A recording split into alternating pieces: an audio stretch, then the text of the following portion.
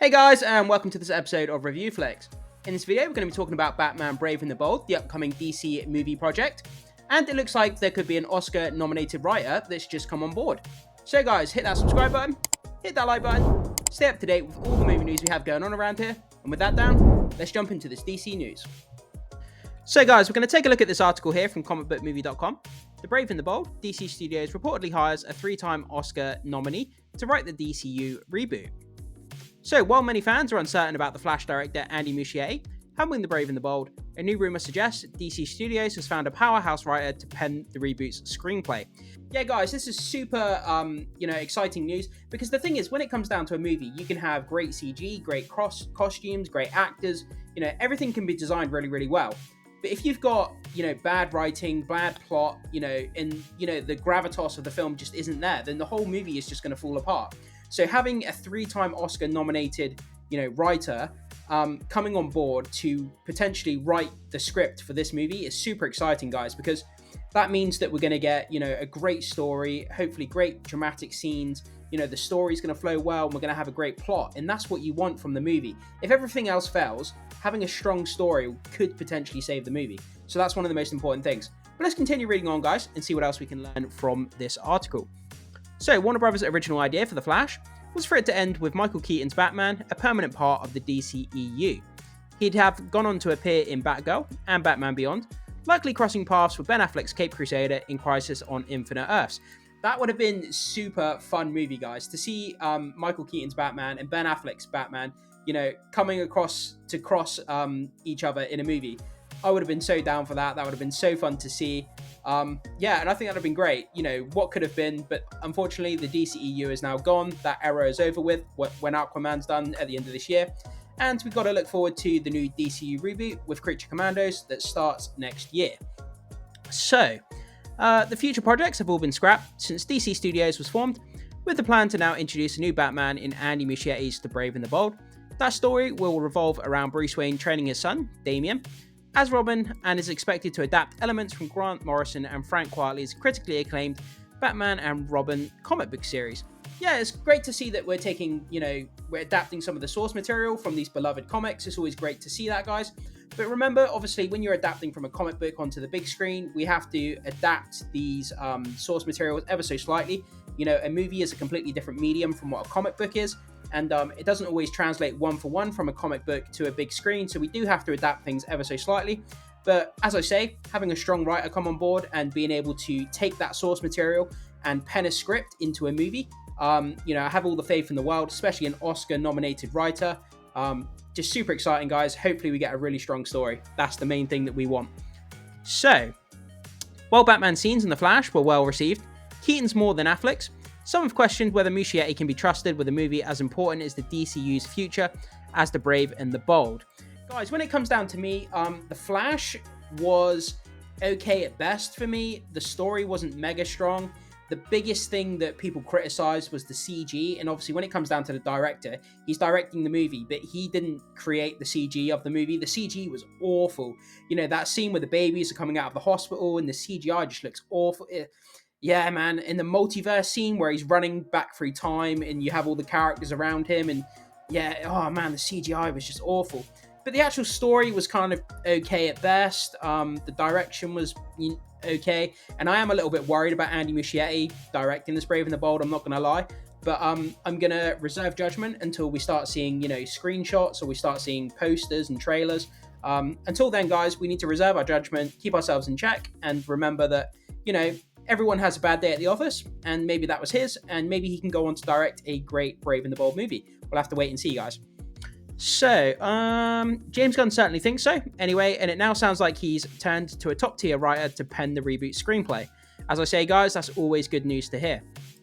So, according to the moderators on Reddit DCEU Leaks, three-time Oscar nominee John Logan credits Gladiator, The Aviator, Hugo, and Skyfall is in talks to write The Brave and the Bold for DC Studios. If that's correct, then it's bound to restore some faith in The Brave and the Bold. Logan also counts the likes of The Last Samurai, Spectre, Alien Covenant, and Penny Dreadful among his many credits.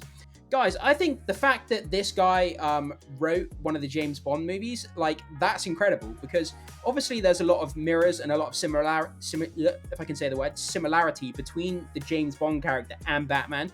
You know, they're both kind of like secret agents, great at martial arts, great at combat, hand-to-hand combat, all this kind of stuff. There's a lot of similarities between the two characters, a lot of differences as well, obviously. But the fact, if he can write a really good James Bond, then I have more faith that he can sort of tweak that a little bit to the Batman character, if you get what I mean. So I'm definitely excited about that, guys. So there's still no word on who will play the DCU Batman. John Krasinski's name has come up a couple of times. That would be a fantastic casting. Love John Krasinski. Well, we know the boy star Jensen Ackles is keen to suit up as the Cape Crusader as well.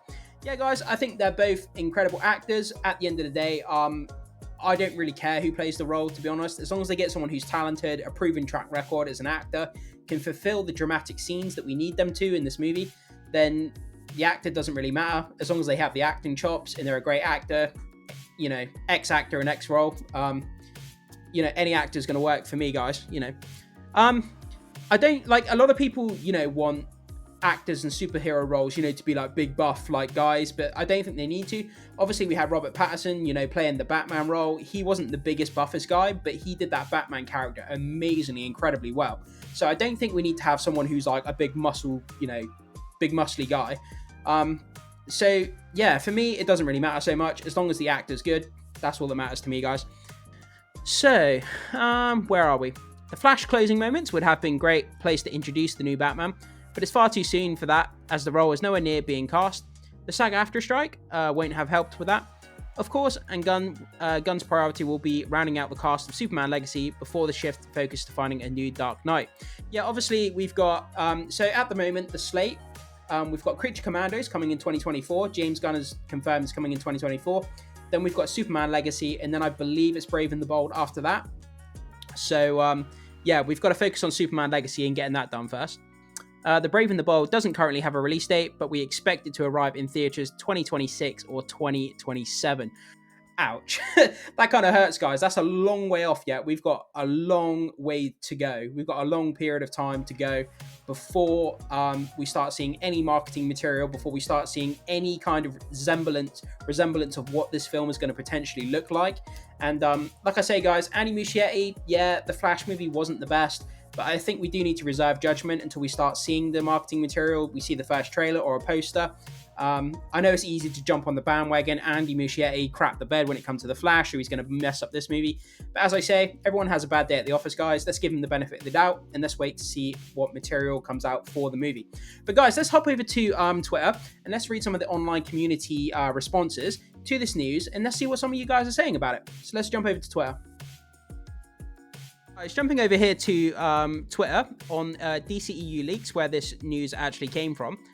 Three-time Oscar nominee John Logan, Gladiator, from The Aviator, Hugo, and Skyfall in talks to write The Brave and the Bold for DC Studios. So this is where this information comes from. It doesn't say what the specific source is, so take it with a grain of salt, guys, that this may not happen. But as for now, let's just be fans and kind of speculate and play along, and let's see what some of you guys are saying about it. So, wow, this is really unexpected. Leave it to Reddit users to disregard the good stuff he's made to only focus on the not so good stuff. Yeah, that's the thing that we do a lot of the time, guys, as movie fans, just as fans in general. It can be of anything, of video games, you know, singers, musicians, whatever it might be, guys. Whenever someone does something bad, or they crap the bed with something, or, you know, produce something that we don't think is up to par, we then kind of tarnish their reputation in our own mind, and we kind of think, well, you know, you're only as good as the last thing you put out. We forget all the good stuff they've done, and if they do something bad, like if they produce a bad song or a bad movie, then we kind of see them in that light from that period on, and it's kind of, we shouldn't do that, guys. We should look at all the good stuff they've produced, and, you know, it's, a lot of people lose faith in someone just because they've done like one bad project of whatever medium it may be, and it's sad to see, guys. But yeah, we tend to do that, and we probably shouldn't. Let's keep going down. I don't get the Muschietti hate. The Flash was troubled production for nearly a decade before he was hired, and he was stuck with Ezra Miller. Yeah, the whole drama going around Ezra Miller, Jesus. We haven't heard much about Ezra Miller in the last while, actually. So Whether he's kept his nose clean or whether he's banged up in prison or something, I have no idea. But we haven't heard him in the news recently. You know, he was doing all that crazy stuff where apparently he abducted a child pretty much. He broke into people's homes and all this kind of like crazy stuff. But we haven't heard anything recently, so I'm assuming that's good news. Yeah, like I say, unless he's banged up in prison and they just don't want us to know about it, I'm not really sure. I liked a lot of the actual action scenes in the movie. Still talking about the Flash, guys. And some of the emotional scenes were well directed, in my opinion. Logan is a very old school writer for hire, so I have to imagine he's probably presented a treatment that impressed enough for a full-fledged screenplay. Yeah, that's the thing. Yeah, he probably wrote a treatment. He probably wrote wrote a small treatment for what he thinks this film could achieve or what he wants to do with this film. And then DC obviously looked at it. James Gunn probably read over it and probably thought, yeah, this is brilliant. I want you to write the whole script. And a 3-time Oscar nominated writer. I mean, the credentials speak for themselves. I mean, what more do you want? Unless he actually won an Oscar, then, it's about as good as it gets. Okay, so modern cape shit directors seem to only get one chance before fans completely write them off. Yeah, this is going back to what I said, guys. So it's like we have a director, they can do years and years of great movies, great projects, great TV shows, and then they come out with one movie where it craps the bed, and then from now on, everybody hates them, nobody wants them to do anything, and it's a shame. We shouldn't tarnish someone's reputation because they have one bad day at the office. Good. Maybe working with a good writer like John Logan, we'll get something more along the lines of It Chapter 1, quality from Muschietti as a director. Yeah, It Chapter 1, man, that was a great movie. That was really good. Not so much the second. The second one was okay, not so much as good as the first one. What? We're not going to hire some random writer from Rick and Morty. No, hopefully not. Could go either way if true. He's done some good stuff, but others I'm mixed on in terms of being able to get into the idea of him doing it. Logan. How would you guys feel if Muschietti was replaced with Sam Mendes? Okay, awesome choice. I feel like having a Bond movie writer is very fitting for the direction. This is exactly what I was saying to you guys earlier in the video. I think the DCU Batman will take. I can see it being a modernized Silver Age Batman, a high-tech swashbuckling hero with a gadget for everything. Well, isn't that what Batman is anyway? He kind of has, when we watch the, is it the 66 Batman? He used to have a gadget. He had a small utility belt, but he seemed to have a gadget for every occasion. And he seemed to always have the right gadget at the right time for the right occasion, even though his utility belt couldn't really carry anything. He used to just kind of pull stuff out from random places. It was just so funny. Who will direct? Andy Muschietti's directing. JFC. Even when we get a solid writer with a solid resume, you have nothing but cynics crying about something not being 100% positive in the comment section. Like, go back to praising Barbie or whatever. Yeah, man, Barbie was trash. Don't even get me started on that. But yeah, guys, that's kind of where we are. That's some of the comments coming from the community about what they're saying about this news. And a lot of people are still worried about Andy Muschietti directing, even though we have now, apparently, according to this report, we have this Oscar-nominated writer on board. But yeah, it bodes well, guys. I mean, this guy, he's obviously a very talented writer, and having talent on board is always a great thing. So, guys, jump into the comment section. Let me know what you think about this news. Does this get you more excited for the Brave and the Bold project? I'd love to hear your thoughts, guys. Thank you so much for watching, and I will see you soon.